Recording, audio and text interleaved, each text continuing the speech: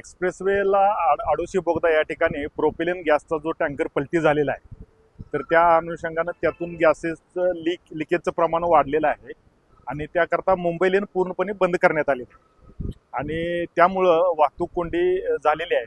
तर पुणा लेनची जी बाजू आहे ते पूर्ण खालापूर टोल प्लाझा इथपर्यंत वाहतूक कोंडी गेलेली आहे. जी पुण्याची बाजू आहे तर ती पूर्णपणे 10 ते 12 किलोमीटर लांब गेलेली आहे वाहतूक कोंडी. तर याकरता मी सर्वांना आवाहन करतोय की या ठिकाणी हे गॅस लिकेजचं प्रमाण कमी होऊन त्याचं पूर्ण समस्या म्हणजे पूर्ण दुरुस्त होण्यापर्यंत आपल्याला वाहतूक कोंडीचा सामना करावा लागणार आहे.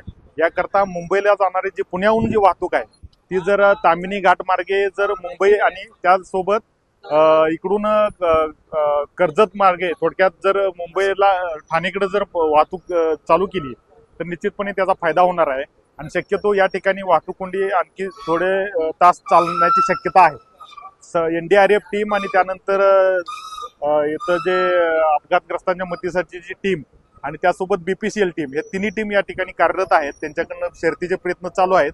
लवकरात लवकर याचं समस्या सुटू शकेल अशी अपेक्षा होती.